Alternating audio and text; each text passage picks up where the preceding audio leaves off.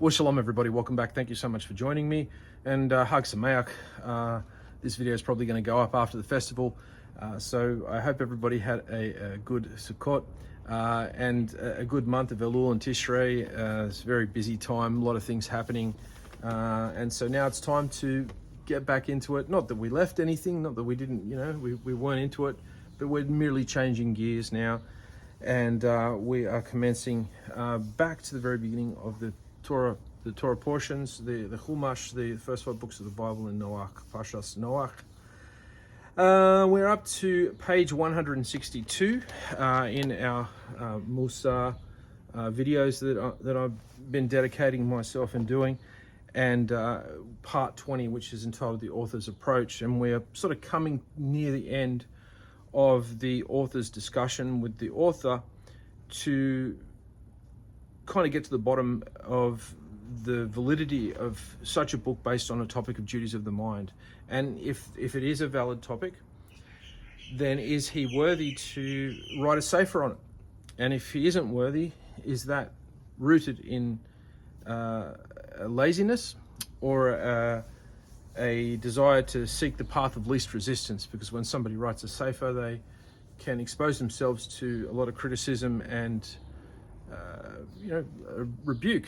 Not everybody's possibly will like the sefer, and in fact a lot of sefarim that have been written over the centuries, at the time they weren't so well received, but it's not until generations later that the author is sort of given the credit, and so it's not an easy, it may not be an easy life, it may not be an easy road, but if it's the right road, if it's the road you should take, the course of action you should go, you should certainly do it. So we have the author's approach. There's a note here. The author now explains the methods he used in writing the sefer. However, Rav Miller's Shur skips section 21. So when we move from the author's approach and get to the next part, I'm assuming that it's just going to be the Chavot HaLevavot itself without commentary for the most part, and then get back into the commentary, the original text and the commentary.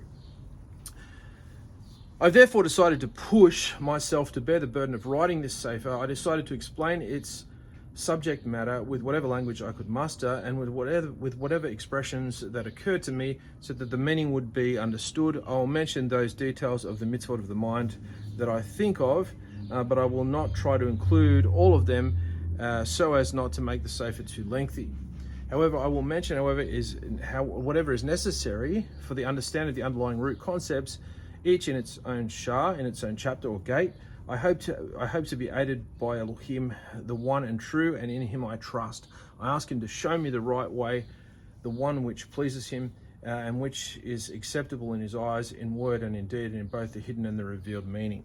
And so this is showing again the author's great humility. He's humble before Hashem, and before every reader that takes up the task of picking up the sefer and reading it, because he's taking them on the preliminary journey before he even sets out to actually write the sefer itself, and that is allow the reader to be present during his preparatory undertaking, is the way he's beginning to bring his thoughts together and structure the work, how he's going to actually lay it all out, and the ups and downs of that. And in doing so, it's almost like he is getting life breathed into him afresh by the students that come to the sefer in the years that ensue after he's passed, after he's left the world, and his piety is being remembered, and then as the student reads, they understand the way a pious person should approach a sefer, and so they're being educated, but the neshama of the author is also being made to continue to shine. And so this is why I always tell people, if you're going to leave anything behind, make sure you leave something that's good, that will help people, and educate people. When I finally reached my decision to write this Sefer, I set its foundations and laid out its framework, and I built it around 10 root concepts which encompass all the mitzvot of the mind. And then I divided it into 10 chapters, each of which is devoted to one of the root concepts. Each chapter defines the boundaries of its related root concept, its component parts and subjects that depend on it, and the factors that are harmful to it. I've chosen the format that is best suited for awakening, teaching, and enlightening the reader, using clear, familiar, and easy language, so that what I want to explain can be easily understood. I've avoided complex language, strange words, and elaborate proofs that are using debating techniques that have been developed by Arabic practitioners of rhetoric, as well as extended investigations that are beyond the scope of this Sefer. So the author originally wrote the book in Arabic, which is was the most common and prevalent language, an easily understood language of his day. And his goal was not to write something that would be artistic, but would be practical and actually be the most effective way of getting concepts across to a wider array of people as possible.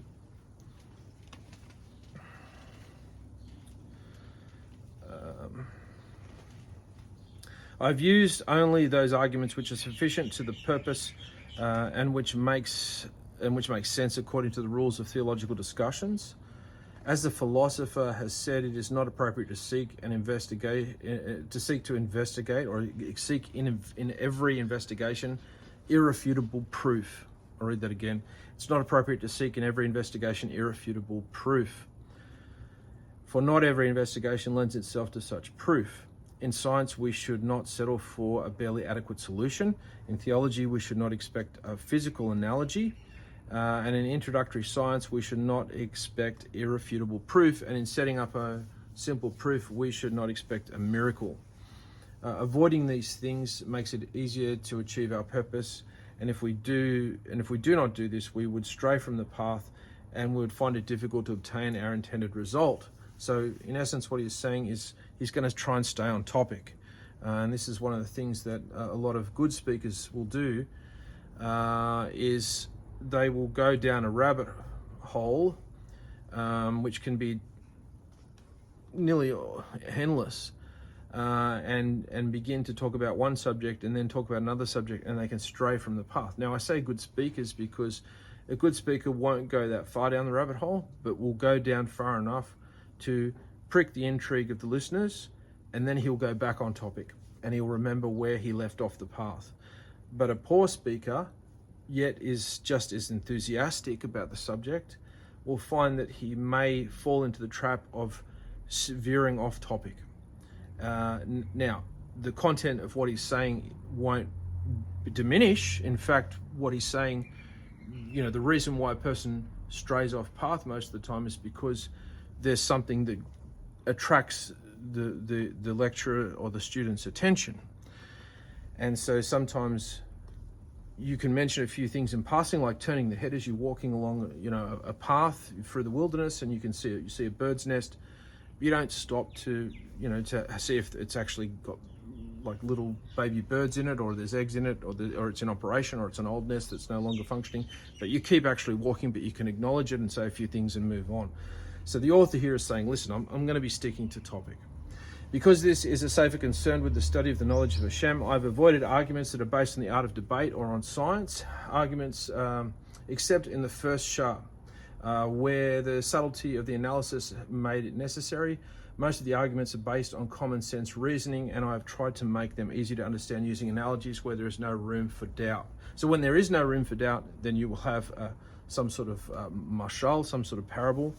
And of course, you probably are familiar with where we left off, that the author was talking about creation, how one merely only has to look at an orange tree and see how an orange tree is designed and how it reproduces after itself in the actual fruit of the orange itself that grows on the tree, and the way it's actually arrayed is a huge testimony to there being some sort of intelligent designer behind creation by just looking at an orange tree alone.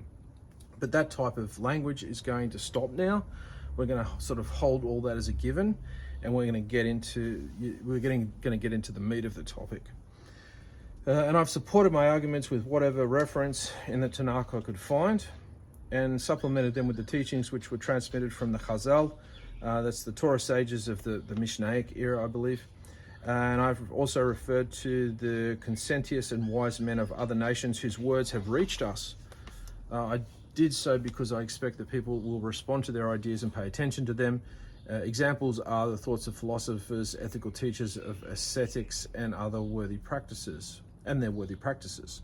In this regard, our Chazal have explained that apparent contradiction between two verses in the Tanakh, one being from Yecheskel, for you acted according to the laws of the nations who are around you, and then there's another verse that says you did not act even in according to the laws of the nations who are around you. So, in one case they're in trouble because they acted like them, and in another case Hashem is upset because they didn't act like the nations around them. Just straight away the solution that comes to my mind to that contradiction is that in the context of each particular one, the nations weren't acting in a way that was good, and in the second one the nations were acting in a way that was good, and Israel wasn't actually doing even what the nations were doing. But anyway, that's just me on that. How can we resolve this? You have not acted like the honorable among them, but you have acted like the corrupt among them. There you go. It's pretty much what I said. So they also said, according to Megillah 16a, tractate Megillah 16a, whoever says something wise, even if he is from the nations of the world, is called a wise man. So there's even knowledge amongst the goyim of the nations. There are many wise sayings and wise men and women, and there's even wisdom that comes from the mouth of a child that can come from the nations as well. Even the fool has their story to tell. In regard to the use of analogies to explain difficult subjects, they said Kohelet taught with mnemonic, I think I pronounced that wrong, abbreviations, and explained it using analogies. The wise one Shlomo HaMelech said, according to Mishlei 1:6, to understand a parable and eloquent speech, the words of the wise and their riddles. This again illustrates the value of analogies. So the beauty of a mashal, of a parable, is that you can dress up what appears to be a complex subject into a simplified story by putting it in a scenario and arraying the story with colorful characters, and you're actually telling a story which people are more likely to absorb, but in that story you're ferrying the concept. The core plot of the story is the actual concept that you're trying to teach to the students.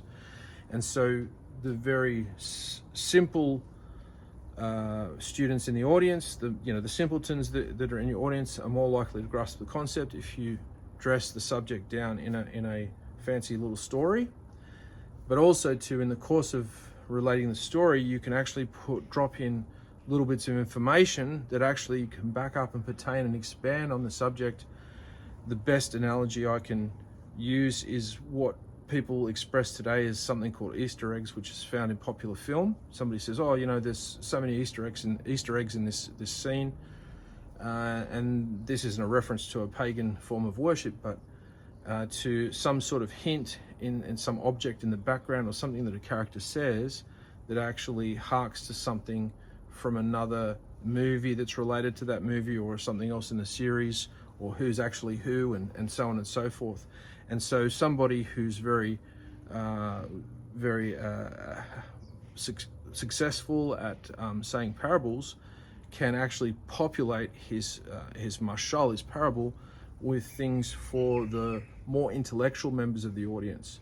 And so by simply saying that the people were walking on an ascending path at the beginning of the story, a simpleton will not question why the actual speaker has taken time to tell you that the path that these characters are walking on was ascending. But it would have a meaning to the more intellectual in the audience when they get the understanding that these people were actually people who were ascending in righteousness, perhaps. See what I mean? See what I'm sort of saying? So, and we see that quite a bit in the mashals of Yeshua, with some of his mashalim, in particular, one that comes to mind, the one that many Jews accuse of being fairly anti-Semitic, the mashal of the Good Samaritan, speaks of him being taken to an inn and a very specific amount of money being handed over to the innkeeper, and the injured Samaritan being there for a number of days. All of these things have actual significance and deeper insight to the story for those with the intellect to be able to grasp what's going on. And this is the same in the Jewish world. When somebody delivers a good mashal, both the simpleton can learn from a mashal as well as the very intellectual.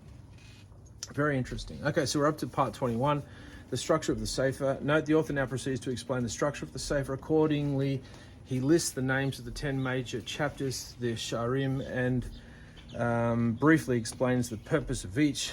So now, after we've had this ongoing discussion about the validity of the subject, if the author's worthy of broaching the subject, we're now looking into the actual structure of how the subject's going to be approached in a Sefer, how it's going to be laid out. The first Shah, the oneness of Hashem. So this is the first gate. The author states, after I come to the conclusion that the Sefer is necessary, that I should put into conclusion that the Sefer is necessary and that I should put into the Sefer the major categories of the mitzvot of the mind, I focus my thoughts to choose categories that would include the major mitzvot and that would also reflect the remaining mitzvot. And I chose as the supreme basis and the main foundation the wholehearted commitment to the oneness of Hashem. And that's a good place to start. Hashem is echad, Hashem is one. Like this whole notion that Hashem is everything and everyone, and there's no space that he doesn't occupy, and therefore everything is in his hands. And so once you start to think thoughts that maybe you can get away with something, maybe Hashem won't see something, this is when you start to unravel from the emet. This is when you start to give in to falsehood.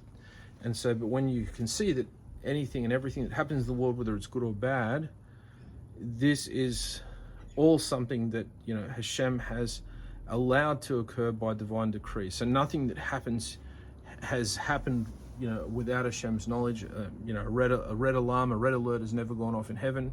Hashem has never worked in a way that's reactionary. There's a thing called crisis theology, and the heavenly realms don't operate in a reactionary way, in a form of crisis theology. Everything has deliberation, and the most important and well-known and obvious thing and biggest thing is as important as the most smallest and minute and intrinsic thing. The second Shah, Bekina, that is confidence. After that, such can be related to faith as well. I looked into what insight we must do to this concept of the oneness of Hashem, which is dealt with in the first Shah. To do this, I looked at the obligations that were mentioned above that are related to the concept.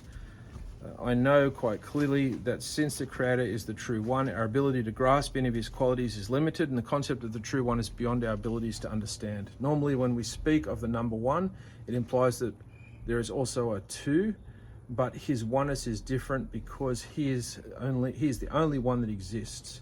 His existence incorporates everything else, since we only exist because of his imagination. In fact, he wills us to exist by the power of his imagination. Thus, his oneness is a unique oneness. His existence is inherently true and intrinsic, because otherwise there is no existence at all. Our existence depends on his desire that he should exist. So, there's no other world that exists. There's no other species or life that exists that is, in addition to Hashem. So Hashem is not one of two things. Hashem is not a member of a family of gods. Hashem it can't be likened to anything. His existence cannot be grasped in terms of any underlying substance or event. Nothing can have any effect on Hashem's nature or his attitude because he is supreme above all else. Our thinking cannot comprehend any concept so grand that it cannot be described in terms of substance or events. We can comprehend only things that have dimensions or that provide evidence of their existence, like electricity, which presents a force that affects the behavior of physical objects.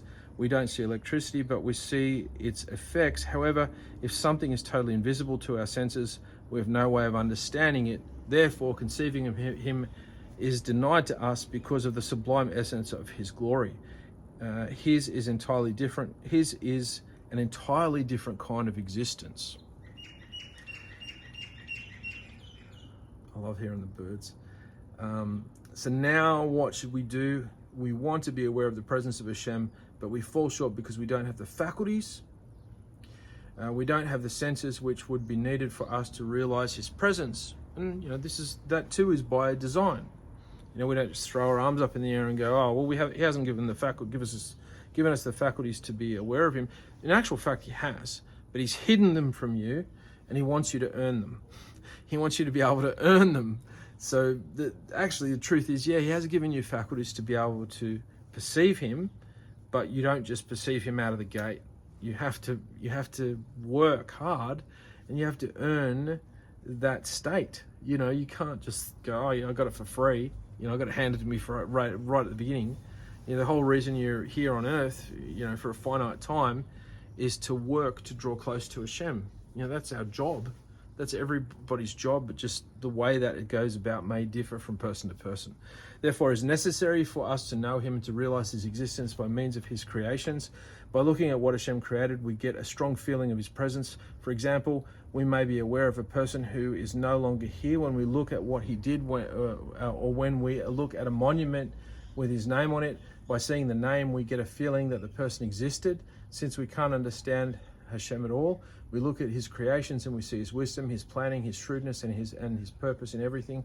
We also see his kindness everywhere, giving us a powerful sense of his presence. So, you just have to look at an orange tree and go up to the fruit of an orange tree, an orange itself, pull off a ripe orange from the tree, and begin to peel it off, see the compartments, see how it's got coloration, it's got a color on the outside and no coloration in the inside, and that, you can pull off little different partitions, and the partitions have a protective coating inside the coating.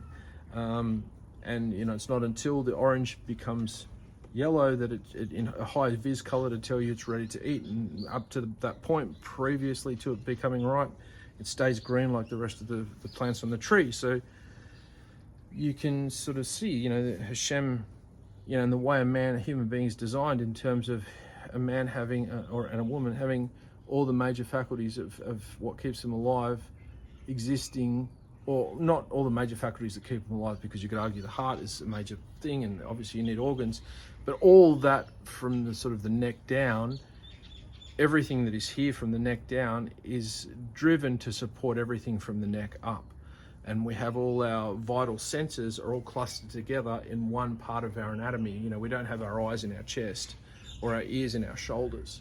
Everything is drawn together. And we see with the high holy days that in the months of Elul and Tishri, we see all the major sort of holy days, not all of them, but the majority of them, are all clustered together in a bundle, very similar to the human anatomy that has all the the vital senses that a person has, and the way a person feeds himself and drinks water and smells and hears, and his brain are all clustered together in the one area. So we do get a sense from creation how Hashem, how he kind of operates. Not necessarily how he looks, because he doesn't really have a form technically, but in Hebrew thought, it's the function of someone, not how somebody looks. That's sort of Greek thought. When we think of Moshe, we think of how he looks, but it's only because of what we've been conditioned to see of how he looks in popular media and television and movies. But it's more what Moshe did, how he surrendered himself, how he humbled himself, how he, led with authority, and he was a warrior as well as a leader and a judge and a priest in a sense. It's his functioning where we spend most of our time when we think about who he was. Not if he had a big nose or, brown eyes or anything like that.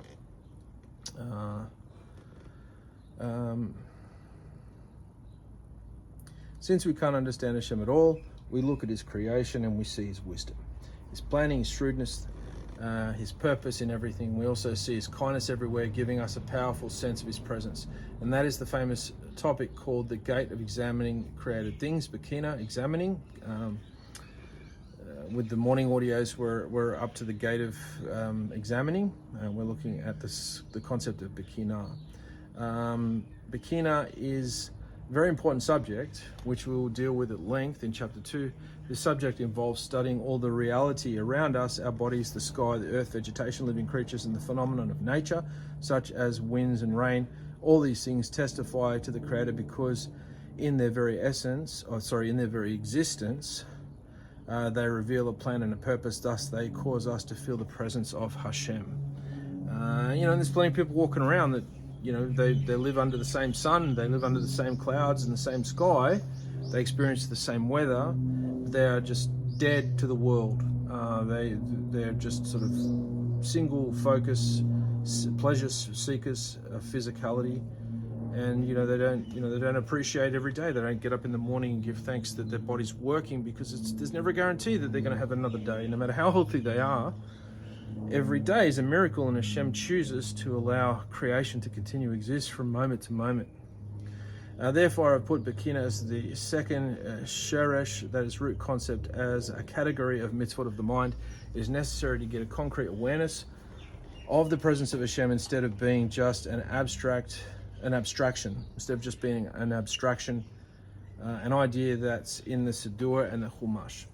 We must feel the awareness of Hashem as a reality. To do this, we have an obligation to utilize the world around us as much as possible to see Hashem. Have you done that today? Have you looked around and looked at something and seen the face of Hashem in a certain sense? Have you looked at a bird? Have you looked at a tree? Have you looked at the grass, the ground? Your pet, your loved one, the house, the type of house that you're in, doors in the house. We construct things out of the natural environment to enable us to live lives that are good. I was about to say pleasurable, but no, just lives that allow us to function without being in pain or being in fear. We have transportation, now we have cars. Do you look at a car and think about Hashem, or do you look at a car and think about the model and how expensive it is? Like cars have all a similar shape. It's not like cars. Cars basically have all the same components. You won't have a car that's completely different in terms of how it functions, getting you from A to B, than another car. You could probably count up most of the things from the most cheapest to the most expensive car have similar components. And by looking at the man-made car, you should be able to see Hashem. Maybe it's not as obvious as looking at a tree, but he's there even in man-made things. To do this, we have an obligation to utilize the world around us as much as possible to see Hashem. This is, as Yov said, according to Job 19:26, it says, "From my flesh I can see Elohim." So those who always kind of keep Hashem, spiritualize Hashem all the time. You've got to understand that it's the physical realm, the material realm is the offspring of the spiritual unseen realm. So those realms are interrelated. The physical realm, the material realm is everything that you see around you is potentially a mashal, is a parable of something that has a spiritual significance, and they're interwoven. They're interwoven. So we don't just try to launch ourselves completely from the physical world into the spiritual, because the body still needs upkeep. You still need to earn a living, to earn a wage, to buy food to eat. You still need to drink water. You still need to navigate yourself and have two functioning legs and have balance. So you still need to function the physical realm, and you still need to give You still need to give care to the physical realm. You can't just try and switch off and just be completely enveloped in the spiritual. We can do that for one day, and that one day is designated every year for Yom Kippur. Growth with action, miracles of the flesh. When you put a piece of food into your mouth, untold numbers of miracles start to happen. There are thousands of complex processes and mechanisms by which the food is broken up and changed into different materials which the body needs.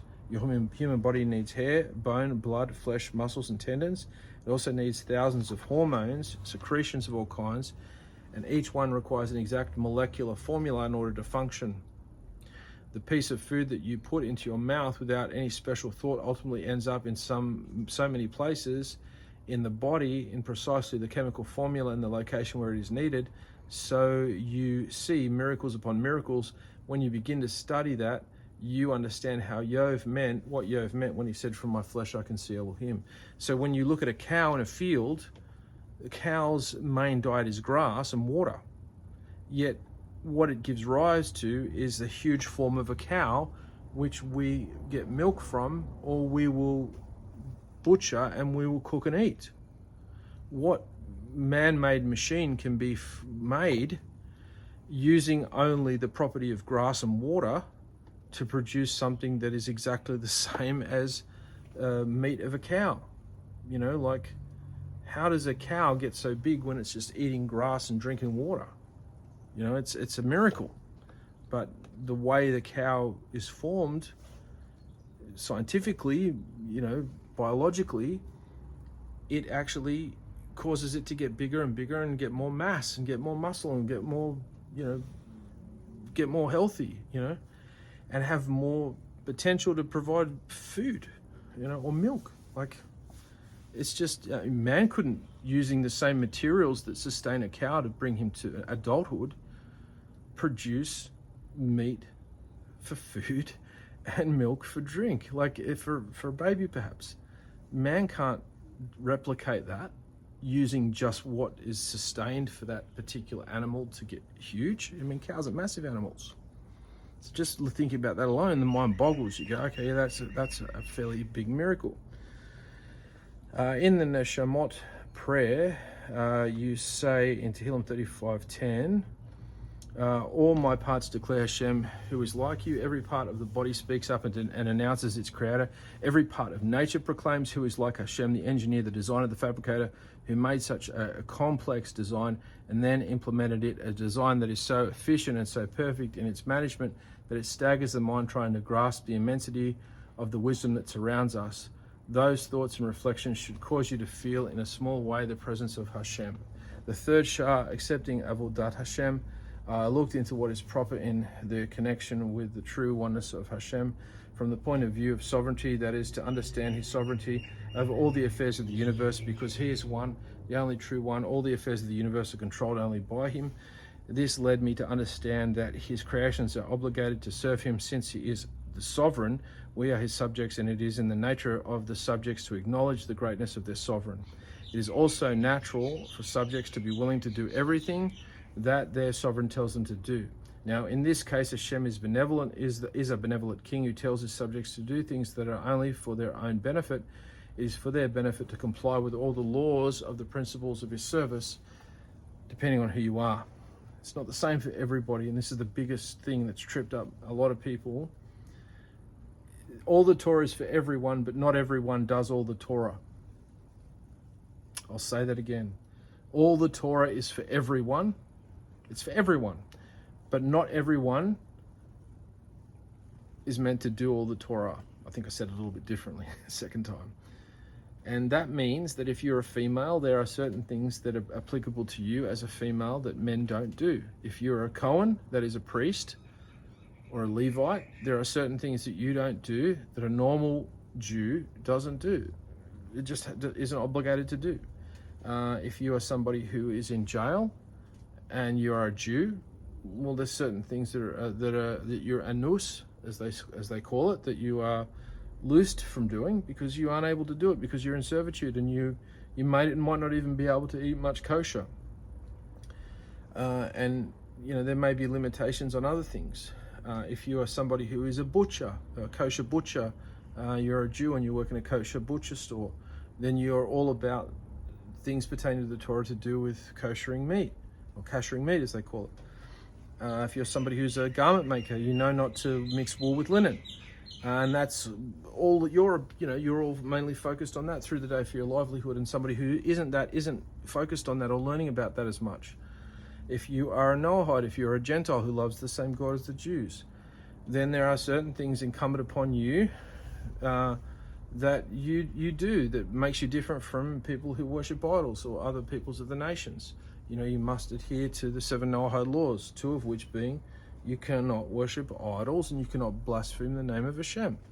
And these are just exactly the same as the laws that a Jew observes and obeys. And there's no less quarter given for you to observe those laws than it is for a Jew.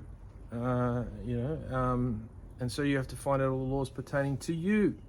Don't just try and do them all, because the reality is you're not going to be able to do them all because we don't have a temple. So over 200 of them we're unable to do because we don't have a temple. Some of the laws we don't have to do because we're not living in the land. So, there's so many things. You have to find out what's applicable to me. And this is what Hasatan does. He runs us all around in circles for our entire lives, not allowing us to address the things that we need to address, and that's what we're here. And that's how he wins. He will continue to run you around in circles and distract you from what it is that you're meant to be doing in this world.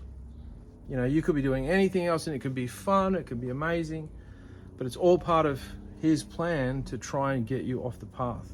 And Hashem has allowed him in the world to scramble people so that we might reap the benefits of the rewards for choosing against him.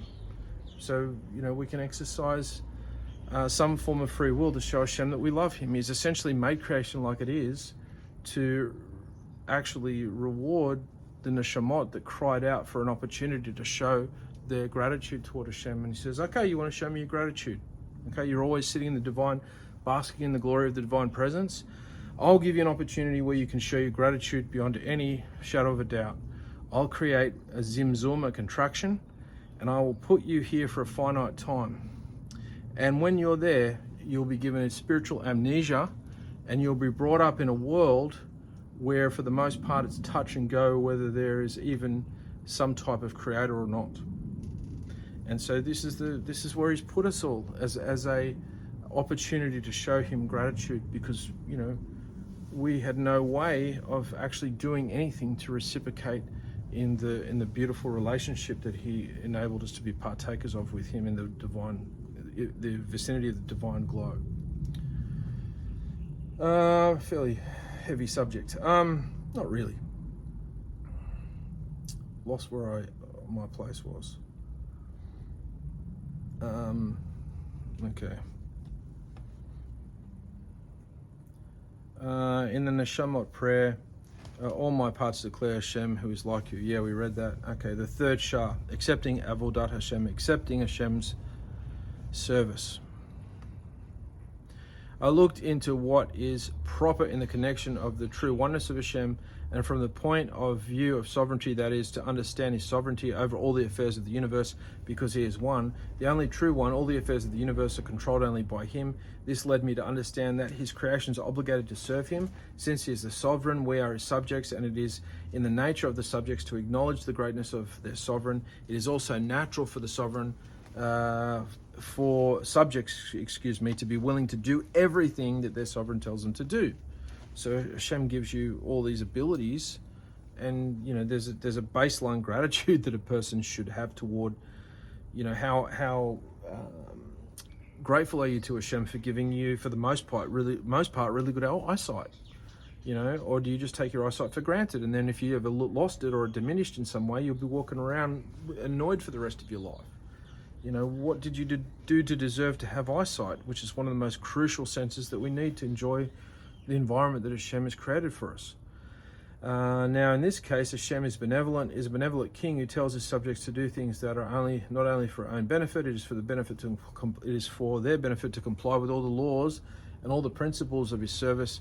He is unselfish and does not ask that anything be done for him, we call it serving Hashem, but this service of Hashem is the sovereign of the universe, is for the benefit of his servants. And therefore I made the acceptance of the service of Hashem as the third root concept, the third shar among the Chavot HaLevavot. Before continuing, we need to understand the meaning of the word avodah, service, normally,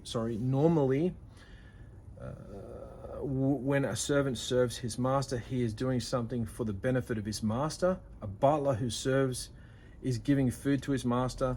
How do we serve Hashem? Is there anything he needs from us? The answer is we serve Hashem only in one way, by showing him that we are his servants. Okay. Acknowledging that we are servants of Hashem is the only service we can do. Of course, Hashem doesn't need even that. It's all for our own benefit. The word avodah is derived from the word eved, servant. You could translate that as slave even, which means servant. The concept of avodah is to acknowledge being an eved of Hashem, a servant of Hashem.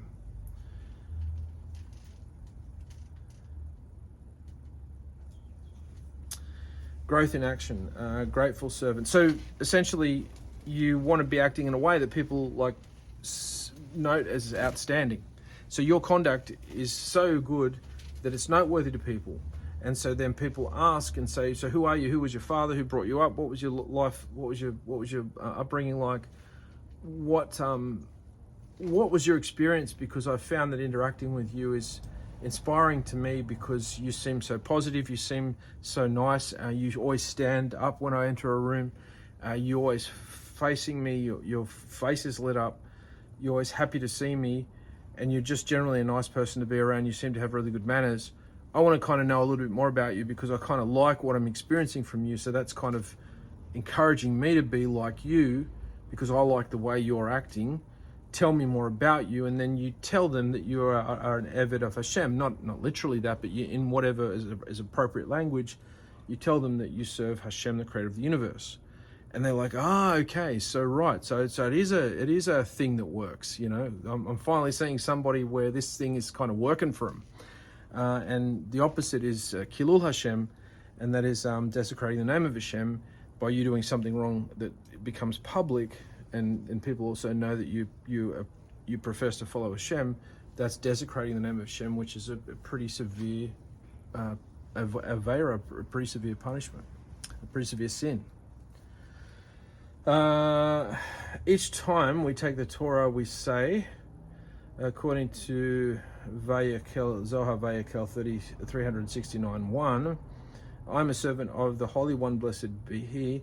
This is the attitude we need to have when we do any mitzvah. So that's another thing. When you're doing a mitzvah, think that you're doing it because you're a servant of Hashem. Not just that it's a good deed and Hashem's going to be happy with you, or it's going to help somebody in the material world. You know, you're giving somebody a drink who's thirsty or whatever, and you think, I'm doing a good thing, I'm helping this person, they're going to be so grateful and they're going to be so happy, I'm so glad I'm making them happy. Don't just think these things. Think that you are serving Hashem. You're doing this because you're a servant of Hashem. Whether it's good or bad, I mean, obviously you don't want to do something bad, but whatever you're going to do, the primary thought is, I'm doing this because I serve Hashem. And so you're not doing the minimum, you're going above and beyond wherever you can. Not to the point where it's killing you. You know, you want to serve above and beyond in a way that's viable, not in a way that's unmanageable. And so, you know, you always want to put in a good impression, and you want to show your best face on everything, and only continual prayer to Hashem will enable you to do that. Sometimes He keeps people hidden who can't quite get that right, because He doesn't want to get His name desecrated. In a way, He's protecting them for getting in too much into the limelight, and then all of a sudden they're desecrating His name. You know, it says there's people that are trying to, you know, why is my ministry getting more successful? Hashem is doing that for your own good, possibly because, you know, he knows that there's a few things to do with ethics or something that or musar that which is the same thing, which he needs you to work on first before He allows you to get outfield, because then you will be under the hammer, you will be under the pump, you will be scrutinized. And at the moment, you know, you're kind of a small time guy. Don't be too hasty and don't be too quick to lose your anonymity, because while you still have that anonymity, you can still make the mistake, and it's not as a greater cost. But that doesn't mean that you bask in that and stay there. Obviously you want to get the word out to as many people and be as effective as you possibly can be. You don't want to go at half speed for your whole life. Our thought should be that he is our king and we are serving him. Furthermore, service to Hashem is always the result of gratitude. As we serve him, we need to think of what he did for us and continue to do, and created us and supplied us with everything we need in life, including our faculties and our food, clothing, and shelter. He gives us the very air we breathe and the water we drink. Because of our gratitude to him, we are humble before our master. In summary, our service before Hashem is a result of gratitude, and the gratitude is the foundation of everything. Throughout the Sefer, the Kavod HaLevavot, gratitude to Hashem is constantly occurring theme. The author keeps mentioning it because the core of the whole service of Hashem is to be grateful to Hashem, and when we learn gratitude to Hashem, it causes us to be humble because there is no way of repaying him.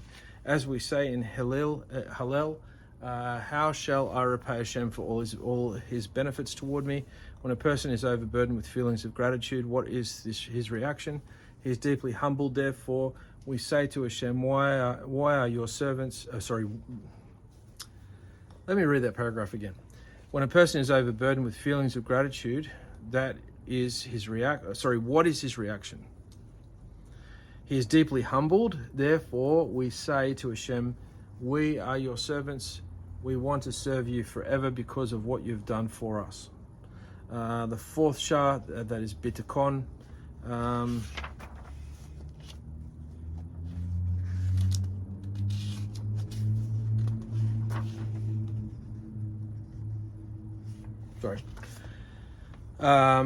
After that, it became clear to me what is proper for the true oneness of Hashem from the point of view of his being alone in his universal control of everything. Hashem conducts all the affairs of the world by himself.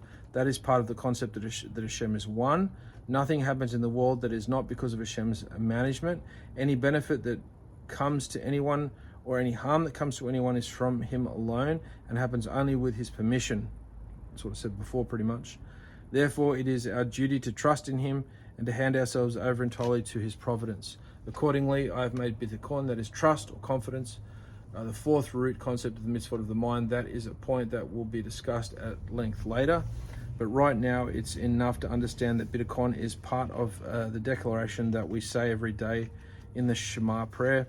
Hashem is one. We're saying that He is alone. He is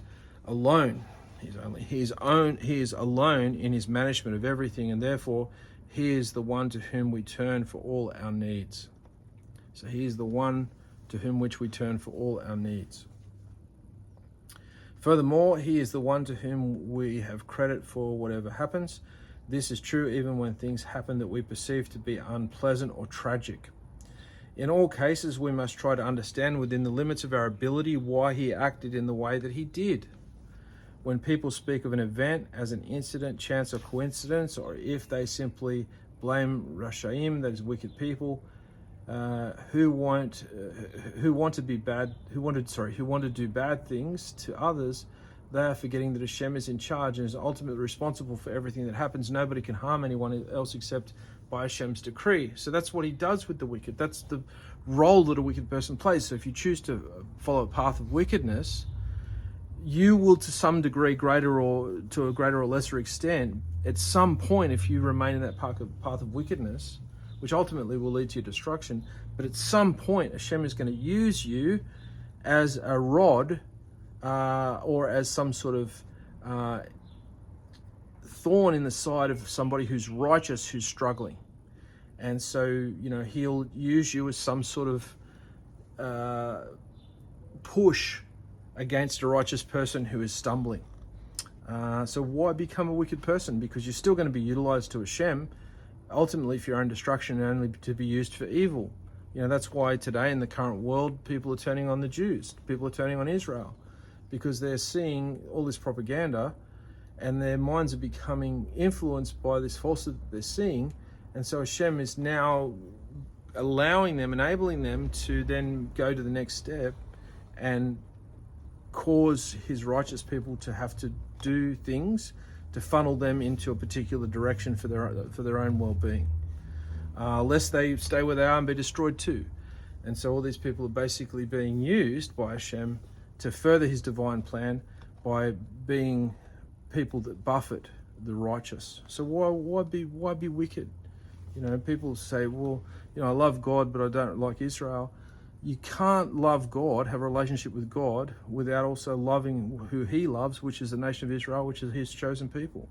So if you're saying that you love God and you hate Israel, you are saying essentially that you are a fool and you don't read, you're ignorant, or you're making a God in your own image. Because to say that you love God and you hate Israel is saying that you love some other God, or you just don't have a clue what you're talking about. And even so, if you say you love some other God, you don't know what you're talking about.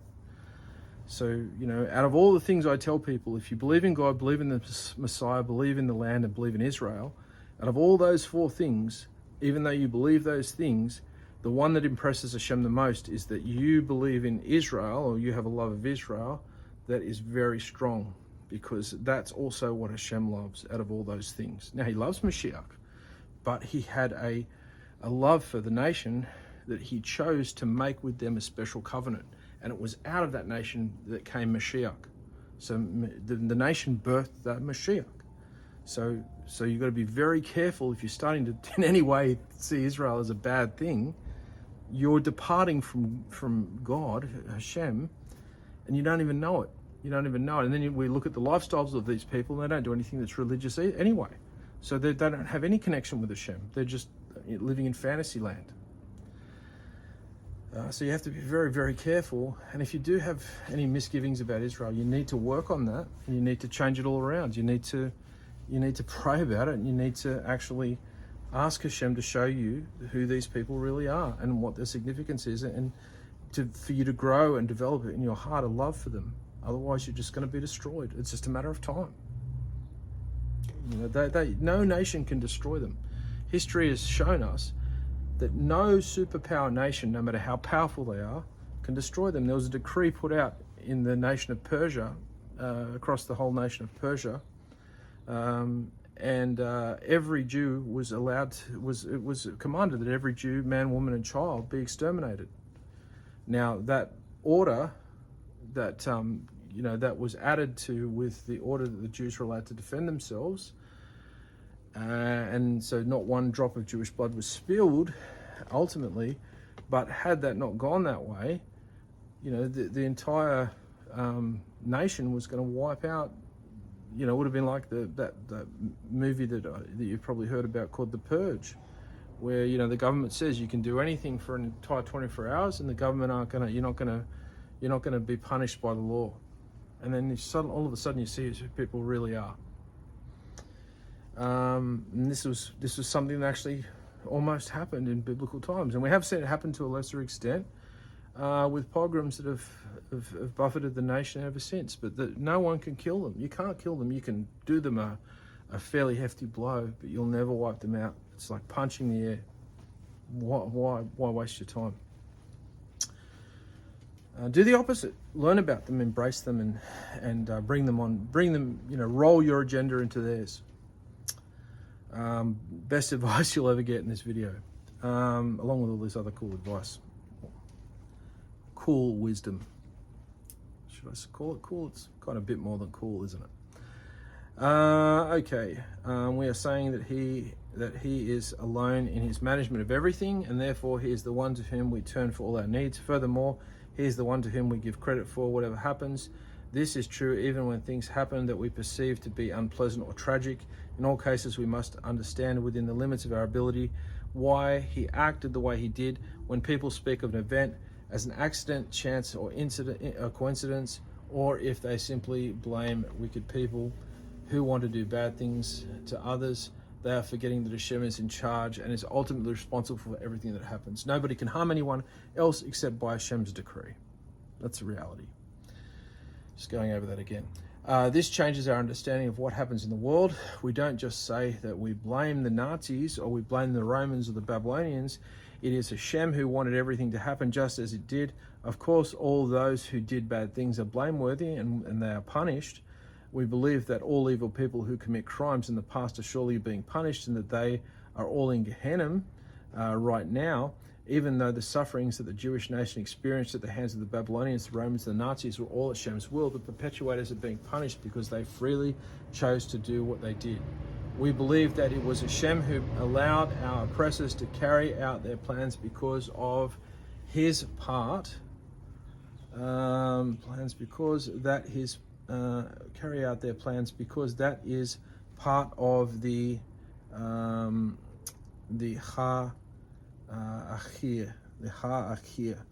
However, it then became obligatory to think, what is this that Elohim has done to us? Hashem did it, but why did he do it? That question affects our entire attitude to all the events in history and everything that happens in our lives. We know that Hashem is the only one who causes things to happen, so we are grateful to him, and we don't say that our achievements are the result of our ability, our genius, or our hard work. Know that we know that would be the sin of Hacher Haziim Hada, my power and the strength of my hand.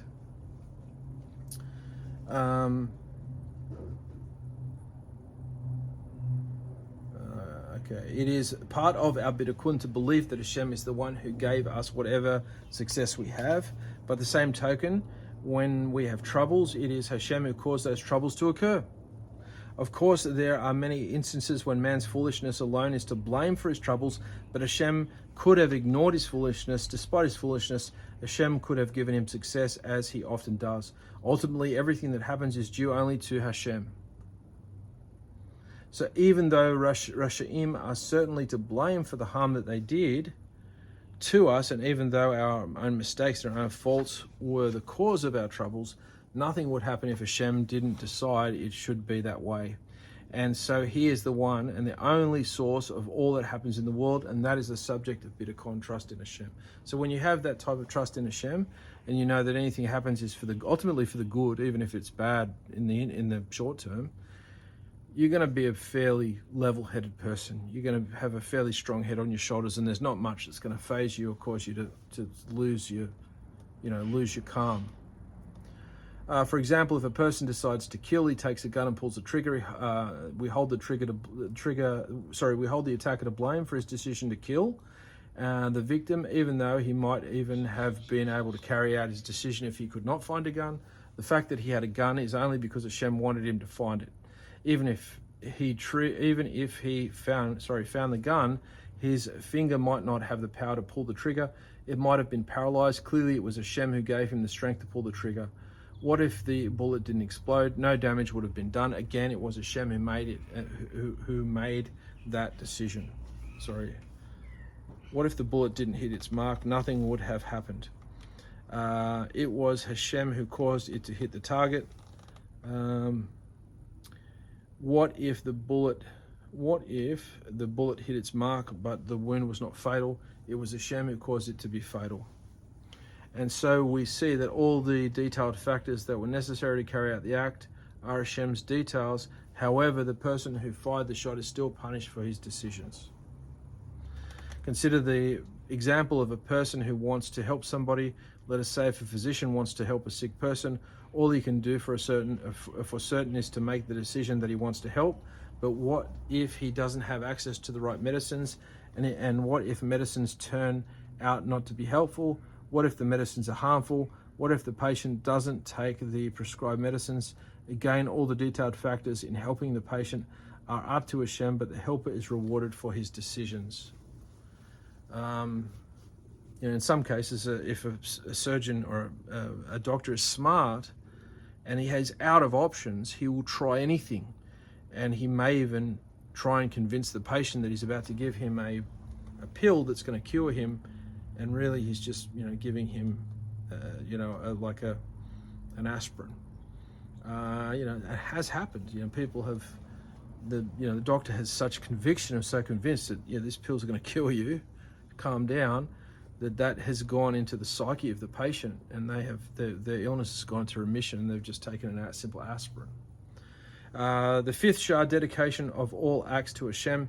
After that, I realized in connection with the true oneness of Hashem that he is unique in honor. That is, honor cannot exist that does not pertain to him. In comparison to Hashem, there is no concept of honor in the world. Any honor that we bestow is the honor of Hashem.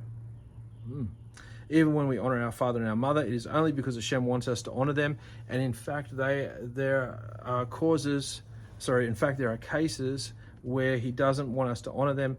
For example, if a person's mother married a Gentile, she is effectively not his parent anymore, and it is a sin to honor her. The honor that we give our parents is only because Hashem said we should honor them. We honor good people and not Rashaim, because Hashem wants us to honor only good people who honor our fellow Jew, not because we want them to like us, smile at us, or be grateful to us, but because Hashem said we should honor our fellow Jew. Thus, anything we do in this world is only to give Hashem honor. Anything we do in this world is only to give Hashem honor. I also realize that it is not a partner. I also realize that he is not a partner with anything. Nobody has a share in the honor that we give Hashem. Furthermore, he is not similar to anything. There is no comparison to Hashem. He is the only one to whom our service should be directed. Therefore, we had to make a new section for this subject, that we should serve him alone. This is the topic of the total devotion, that is to serve nobody but Hashem. Sometimes a person may find it necessary to serve a wicked tyrant, but that is because Hashem authorized that service to save an individual's life. Otherwise, it would certainly be wrong to give any kind of honor to a Rasha. You know, so people say, oh, I'm going to serve Yeshua. I'm going to serve Yeshua. And you go, okay, well, shouldn't we be serving Hashem? At the very least, you could say maybe in Yeshua's name. And so that very, very subtly walks a fine line of idolatry. You know, would Yeshua even, you know, if he came back, would he even be happy with you saying that? He'd probably tell you, don't serve me, serve Hashem.